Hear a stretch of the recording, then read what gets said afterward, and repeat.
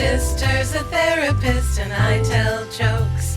We both want to help all kinds of folks. Hello and welcome to My Sister's a Therapist. My name is Virginia Jones. I'm a stand-up comedian, but my sister's a therapist. Hello, I'm Laura Ryan. My first credit is to be Virginia Jones' sister. Second credit, licensed marriage and family therapist. You've been a therapist for a long time, but you've been my sister for even longer. So recently, as sometimes happens in a family, we compared notes on a memory that I had a totally different recollection of. And you mentioned that it was about me and Robbie being in Talented and Gifted. And I've been reflecting on that. I've had conversations with other people from that program. And so today's topic is basically Talented and Gifted. Is it a benefit? Is it good for kids? Is it good for parents? Is it good for anything? Gifted and talented. Is it just a bunch of kids with ADHD and autism? See, that's the question. So first of all, I'm assuming that most of our listeners, maybe some of our international listeners are not aware. In the States, usually a teacher will say, hey, I think we might maybe have one, and then they send them for testing. Sometimes parents will pressure a teacher to send their kid for testing. These days, you just get a letter and say, would you like to have your kid put in it? And then we'll test them. I see. And then when you are in the TAG program or the GAP program, you spend at least part of your day sequestered from the rest of the school doing different activities. In Round Rock, Texas, when I was in the program, we were in a portable classroom, which is a fancy word for trailer. So they put all the kids the smart kids in the trailer. We didn't really interact with the other kids. We got very tight with each other. And then they taught us chess and they taught us math puzzles, but I'm not certain if it helped me academically or not. Your kid is smart. We know your kid is smart. What would it say about you or your kid for him to be in Talented and Gifted? Well, he is in Talented and Gifted. I just wanted him to try it because I thought, well, he's a genius, right? The story that I make up about what G&T is that it's a time for him to get out of the day-to-day grind of school and be around kids who are like him, aka kids with ADHD, and maybe learn the world is not about training to work in a factory. So he's not in that classroom all day. No, they take him out, I think, once a week. So some benefits of these programs, they can challenge high ability kids. They can provide accelerated and enrichment programs to help students in school, improve self-esteem. And definitely when I was in the program, that was something that I identified with and thought was very important about myself. But here's one: reduce behavioral problems. Engaged students are less likely to develop behavioral problems. And I saw a TikTok with a lady saying, hey, these programs were not to help us. They were for the teachers to get us the F out of their classrooms because we were disruptive and we were annoying. Yeah, we had too many questions.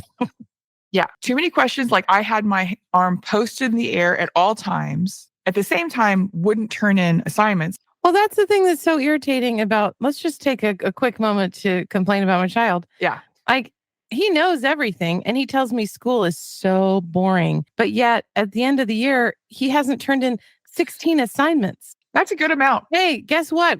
Here's a way to relieve boredom. Why don't you do some of your work? Right. That could really keep you busy. So some issues with Talented and Gifted programs can be like a student, especially young students, like as they start them as early as kindergarten now, a young student can feel overwhelmed. They start feeling inadequate. And most importantly, it's not a level playing field. It favors students who have an enriched environment at home, whose parents have a lot of time to read to them, whose parents are engaged. Caucasian. Rich, white, and Asian kids. In 2021, Mayor Bill de Blasio announced that New York City was going to phase out all gifted and talented programs. And he called it desegregation. The main points are the selection process is flawed. In New York, in particular, there's a test, and wealthy families will pay their kid to get tutored to take the test. And then that test will say, oh, this is a talented and gifted kid. But what does that mean? Right. If you're a wealthy family and you pay your kid to study for this test that then tells you the thing that you want to think about your kid anyway, which is that they're extra smart, that's just a self-fulfilling prophecy. Like the monarchy saying, well, we are super people chosen by God. You can tell we are because we're the monarchy. Just talking about statistics here, it feels obvious that white and Asian kids have preference in TAG programs. But I think what led de Blasio to this decision was 70% of public school students in New York are Black and Latino, but 75% of students in gifted elementary school classes are white or Asian. There's something in the milk ain't clean there. Right. Another question is schools are starting to test kids in kindergarten when the conventional wisdom is the real time to test is between 6 and 9. Kindergartners are too similar to one another. They don't have the resources to determine whether they're advanced or not. So what is the history? How did this all begin? Who decided this was a good idea? So the history of gifted programming in the States kind of starts from the 1860s. The term gifted comes out of a book called Hereditary Genius. And it's a British study, but indicates that intelligence was passed through generations. So the idea that intelligence is something that you are born with, that's innate. Okay. So it's giving eugenics. Yeah, it is giving a bit of eugenics. The first gifted school was established in 1901 in Worcester, Massachusetts. In 1905, two researchers named Binet and Simon start developing a series of tests to identify children of inferior intelligence for the purpose of separating them from regular kids. Again, eugenics. Again, it's giving eugenics. In 1916, Louis Terman, who's considered the father of the gifted movement, publishes the Stanford Binet test, which I think is what I took all the way in the 1980s. In 20s and 30s is when gifted classes really take off and become kind of a commonplace thing in American education. And towards the end of the 20th century, federal funding for talented and gifted programs increased, and it just grew and grew and grew. Now we're here today and looking at the history of this thing and saying, wow, yeah, this is gross. Telling one kid that they are smarter or inherently better than another kid is gross, because how does that other kid feel? How does Laura great. Yeah. How does Laura Ryan feel when her big brother and sister are in this thing that she's not in? And are getting interviewed for the local newspaper. And Right. She instead has a giant knot between her eyes. Okay. Because she and her younger brother ran into each other all the way. So a reporter came to our house, and what I remember about it was that we had matching dresses that I hated.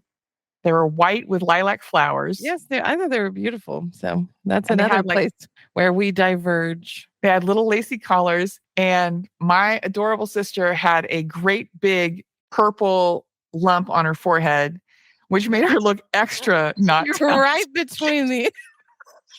I looked like what they would term in the 1920s and 30s as subnormal. Also, I don't think that I'm less intelligent than you and Robbie. I just think No. I don't test well, and I've always known that. So Colin Seal, who is part of a think tank called Think Law, and he developed enrichment curricula.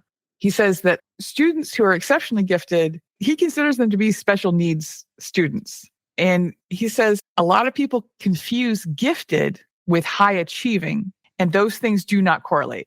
Because that was Mom's biggest concern, because they changed the criteria and made you had to meet grade criteria, and so Robbie couldn't do it anymore. He wasn't cutting it Right. with his grades.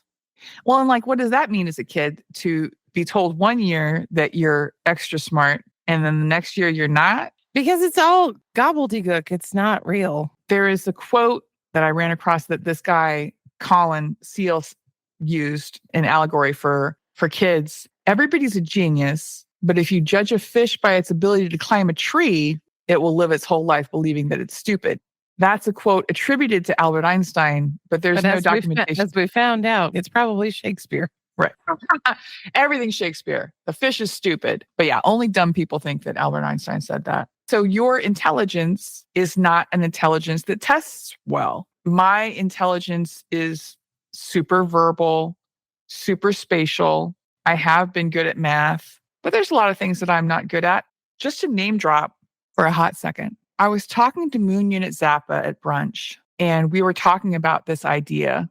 And she said, genius is a weird word. A lot of people thought my father, Frank Zappa, was a genius, but there were a whole lot of things he couldn't do and wasn't good at. Intelligence does not just mean super capable in all ways. Also, people sometimes think intelligence is the ability to memorize stuff. Well, I'm terrible at that, which is why I don't test well. I've always thought that intelligence truly is the ability to get your arms around big concepts and the ability to solve problems more than I know what the capital of Indiana is, which I don't. the story that I make up about what intelligence means is the ability to have your own mindset and your own very clearly thought out opinion. Also, to always be seeking learning and knowledge. And also, I think having the EQ, emotional quotient, being able to understand your emotional life, being able to relate to other people. I hear this a lot in my office where specifically women will say, well, I'm just dumb. Right. And I will always say, have you ever met dumb people? Because you're not that. A dumb person to me is someone who is ignorant, who doesn't understand concepts, isn't curious about the world, and just is getting by and not thinking about things too much. Well, and we also conflate education with intelligence in this country. Like you say, I've known many people who did not have higher education at all, but the term is autodidact. They are drawn to learn. They educate themselves. They find out things in their own way and on their own path. Like, I think that intelligence is more relevant than being a rich kid who has a master's degree because they had the money to do it. Yeah, I'm reading Madeline Pendleton's book, I Survived Capitalism and All I Got Was a Lousy T-shirt. We follow her on TikTok. I guess she's a TikTok celeb. She was talking about her book on one of the TikToks today. And I was thinking about the fact that she had nothing. Like, she had no resources at all. Her dad, basically homeless most of her childhood. Her mom wasn't well educated, but she had this tenacity for knowledge. I also suspect that she's ASD because of the way she talks about the way she relates to people. She wants to know everything. And I think that to me is what makes someone intelligent. Just to blow Madeline's horn for a second, not only did she write a book about her worldview, but she's also like a successful fashion designer, runs her own company, pays her workers fairly. She's done a lot for someone who didn't come from anything. Right. And so to me, some of that maybe was innate. Like, I think she's just a curious person and wants to learn. On that tack, I found a study from 2022 indicating that gifted programs provide children with little to no academic boost. If they had high test scores before, they're going to continue. They're going to continue to have high test scores. They said so small, it was moving kids from the 78th to the 80th percentile in reading. See, I never thought of gifted and talented as a way to boost grades. What did you think it was for? I thought it was to get him out of the classroom. Right. Stop bothering people, and also to find other kids who are like-minded, other kids who are curious, who want to learn, who do fun activities. I think of school as the story I've made up about it, and a lot of people have told me, is that the educational system, at least in America, is designed to create good workers. Yeah. It's a prison for kids. I really do think it's like factory workers. That's why we have the bells and all the things, and you have the lunch hour, and it's getting kids used to what it's going to be like to work in a factory. And I don't want my son to work in a factory. So also, we don't have any factories. So thanks, Reaganomics. Yeah, we're preparing kids for jobs that do not exist. Yeah, we're preparing kids for a lifestyle that doesn't exist for anyone. That's another tangent for another day, but doing something like this, taking brain breaks, going somewhere, learning new stuff, using his little mental muscles in a different way. I just want him to be more creative and have a more expansive mindset. And that's why I want him to be gifted and talented. A realization that I had, like on that tack of it's about getting them out of the normal classrooms. I always assumed that my teachers loved me because I was the smartest smarty, always had my hand in the air, and was also... I assure you they did not. Exactly. It was an immense brown noser. I only realized, like, I started doing some after school teaching in chess and other stuff. And I'm like, oh my God, my teachers hated me. I was an enormous pain in the butt for them. I was They're just trying to get through the lesson. They're just trying to get through the lesson. We don't need to know your subheading question.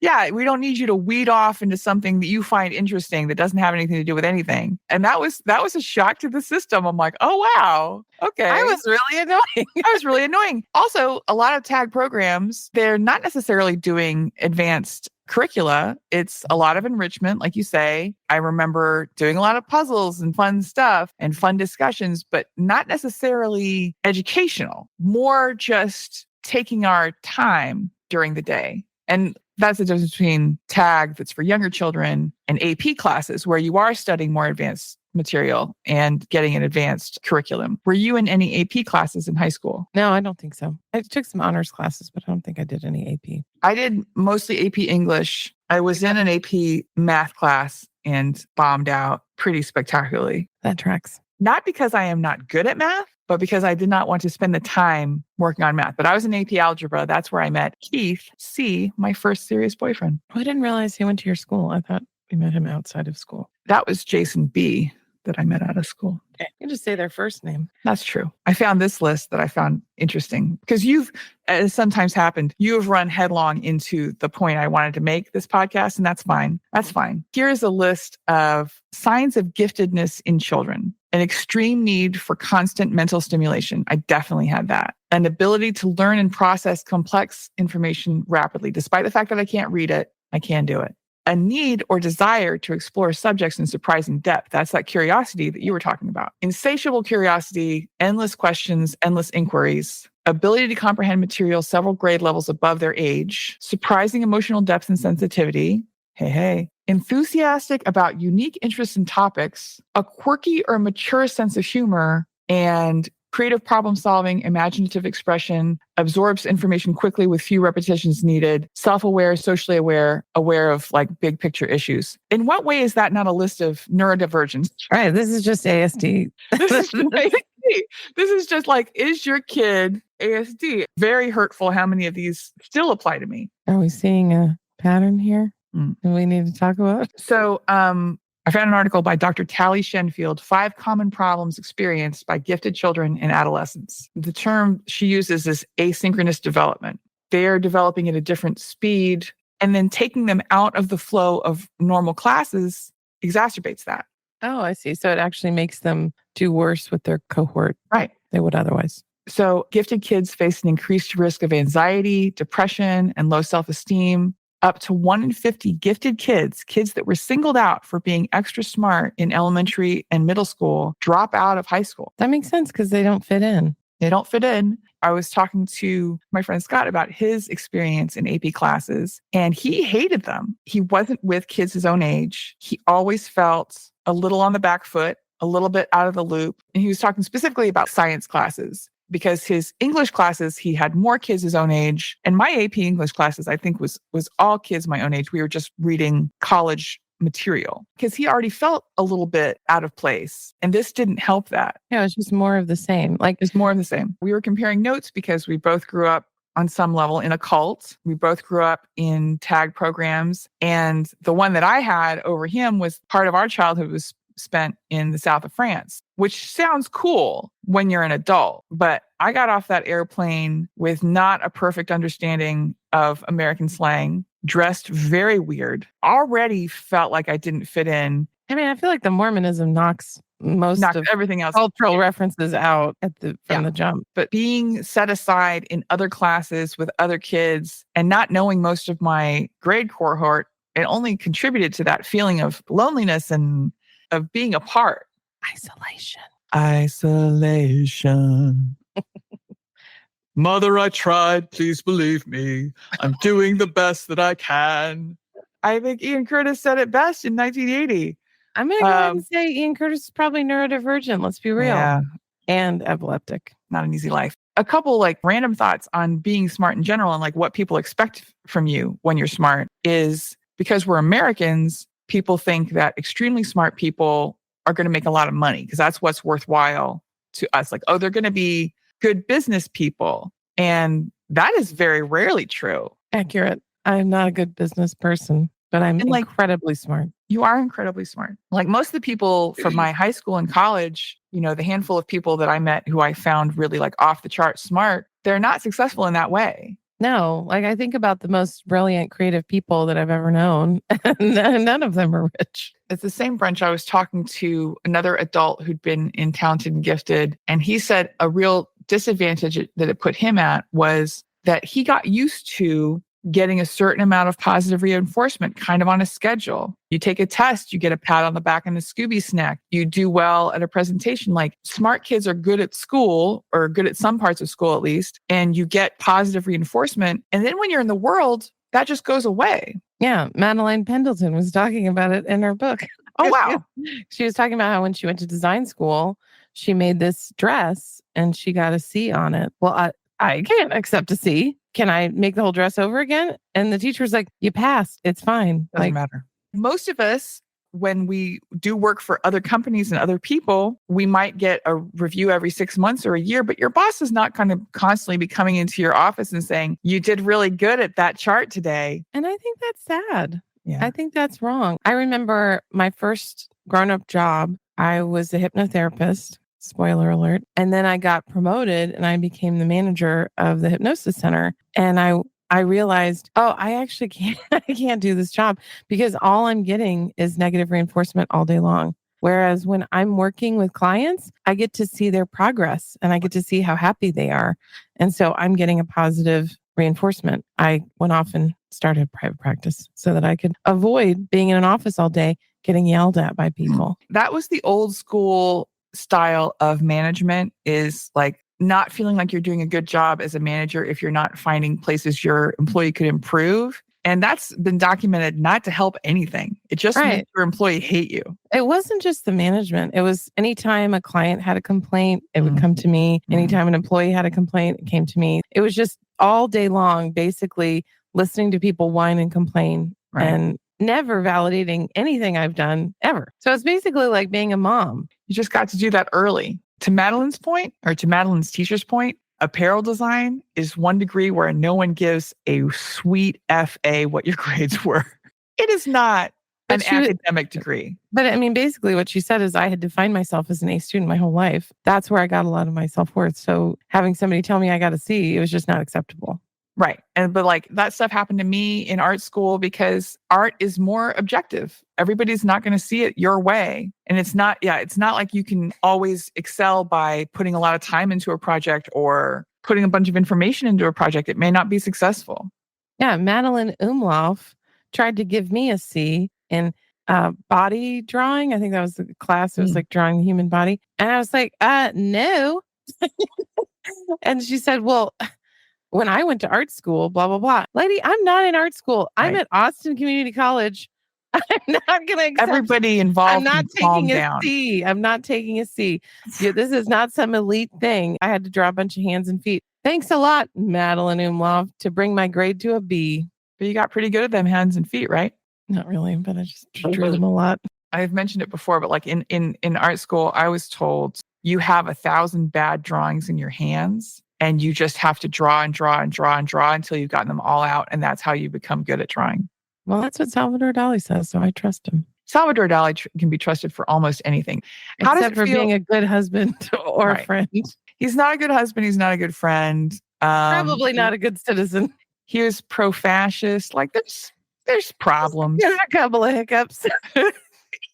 But boy, oh boy, could he draw a lobster. You know, no one's saying he couldn't. He could draw a melting clock with the best of them. So what is it like negotiating the world as a former talented and gifted student? I do think that I have a huge wound around being seen to be smart. It's important to me that other people think that I'm smart. I didn't graduate college any sooner than other people. I didn't pursue an advanced degree because the field that I chose, there is no purpose to it. No one cares what grades you got in fashion design. No one needs you to have an advanced degree, but it definitely has changed the way I approach the world. I need to be the smartest kid in the room if I can. Most of my challenges at work have been people questioning decisions I've made or saying it wasn't the right decision when I need to be the smartest person. And so I can't make the wrong decision. That sounds healthy. It's super healthy. And it's really served me super well to be a person who can never be wrong. And it's definitely helped our relationship.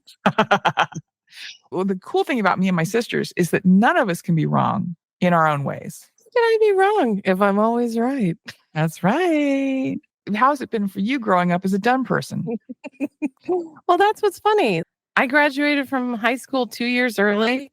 Yeah. I have a master's degree. I have lots of pieces of paper. Lots of people look to me as an intelligent person, but yet I did not pass whatever test it was to get into gifted and talented. That's why I think it's all irrelevant. I really do think it's all eugenics based and it's old white people crap and it's dumb. But I still want my son to do it because I think I think of it as like a break. I don't think it has merit. I don't think it's going to help him with his education, but I think it might help him with his emotional development. I think it might help him being able to relate to other kids who are like him. Honestly, I think of it as more of a social program. I definitely think that being in those programs early promoted, just thinking outside the box and approaching things from a different way. And it helped me see the world as a bigger place than my elementary school. And right. And that's what I want to promote. I want him to understand that school is not the thing. School is a stepping stone we all have to do, but ultimately there's a whole big wide world out there. And I want you to be curious about that world and I want you to learn about it. Okay. So what have we learned today? We've learned a little bit about the history of talented and gifted. We've learned that it's based on eugenics and racism and it doesn't necessarily help kids. And classism. What it's mostly about is getting the obnoxious kid who wants to talk about trains all the time out of your class. So, Virginia, what are your final thoughts on this topic that you so humbly brought to the table?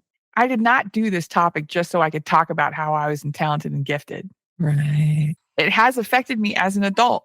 I feel I think that feeling of being set apart or chosen. I skipped a grade not for academic reasons, but I also always carried that with me as like a way that I was set apart. I was always a little bit ahead of my peers intellectually. Like that has formed who I am. Even though it did not result in a change in my academic career, it has done a lot about my self-image and self-perception in not necessarily good ways, but not necessarily bad ways, just ways. I would fight you on that. Okay. I don't know how healthy it is to spend your life trying to prove that you're this certain way. I don't know how good that is for your mental health or self-esteem. What are your final thoughts on the topic of talented and gifted programs for kids? I have a friend who's really obsessed with this topic, and she's a teacher, and she has 2 kids and are gifted and talented because they are from a wealthy white family. Right. Good for them. She always says, we need to do something more for these kids. And I agree with her. And like, as we've been talking about today, I really think that probably kids in that group do need to be doing more stuff outside of just the regular public school. There should be a whole wing for those kids because I've just been catching up on homework all week.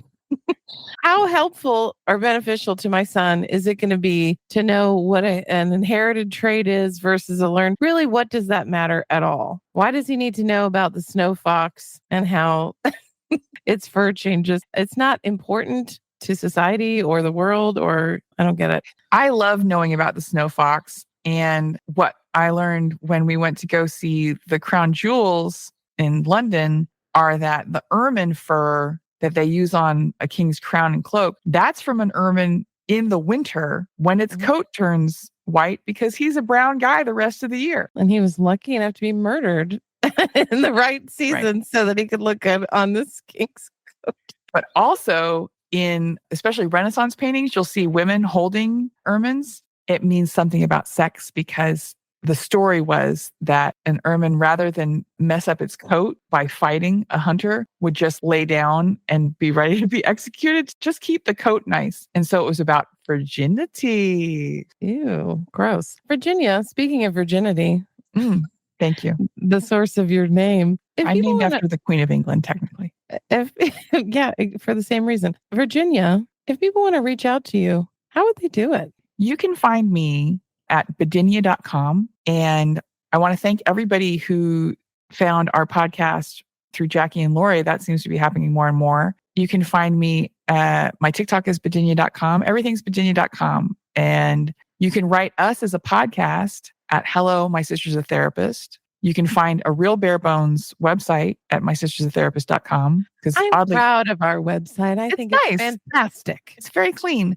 Oddly, no one else had that name. Laura, where can people find you on the internet? Well, they can find me at lauraryan.org. They can follow me on my TikTok account. I am Laura Ryan. Or they can find the show on Instagram at My Sister's a Therapist. Also, if you would like to hire us to speak at your women's conference, mental health conference, women's leadership event, wellness event, educational seminar, corporate retreat, women's retreat, or workshop, you can email us at hireus@mysistersatherapist.com. We're also talking about starting our own women's retreat. If you're interested in that, you can email us at all the places. I've just realized something really embarrassing about myself that I'm going to share with you guys, my listeners. And I think that one of the things that I have always liked about the X-Men and related to about the X-Men is the idea that they are gifted. Yep. Even though I can't shoot rays out of my eyes. I have no psychic ability that anyone has confirmed, but I think the idea that these kids are on a special school is why I like that story. Oh, God. You are what the kids would say, cringe AF. Cringe AF, ladies and gentlemen. Speaking of cringe, Laura, this is the part of the show where you usually read a listener review. Do you have one for us this week? I most certainly do. Thanks for asking. And I don't find this at all cringe. In fact, I think all of you are very special. Yes. And I'm grateful for your listenership and I'm grateful for your reviews. That's where I get my self-esteem from. Yes. If anyone's wondering. We have a review. The title is Smart and Funny from Poppy Dat. This show reminds me of times when I was younger and would stay up all night laughing with my friends, diagnosing ourselves and our relationship, except we didn't know what we were talking about. Super fun. And I learned something new in every episode. Thank you, Poppy Dat. Thank you, Poppy Dat. This week it's about ermines. Probably Poppy Dat wasn't in Gifted and Talented and needed to know all about it. In closing, we would like to share with you the words of one of society's great thinkers, Billy Ray Valentine. Capricorn. Capricorn. We can make it, baby. Me and you. Bye-bye. Bye-bye.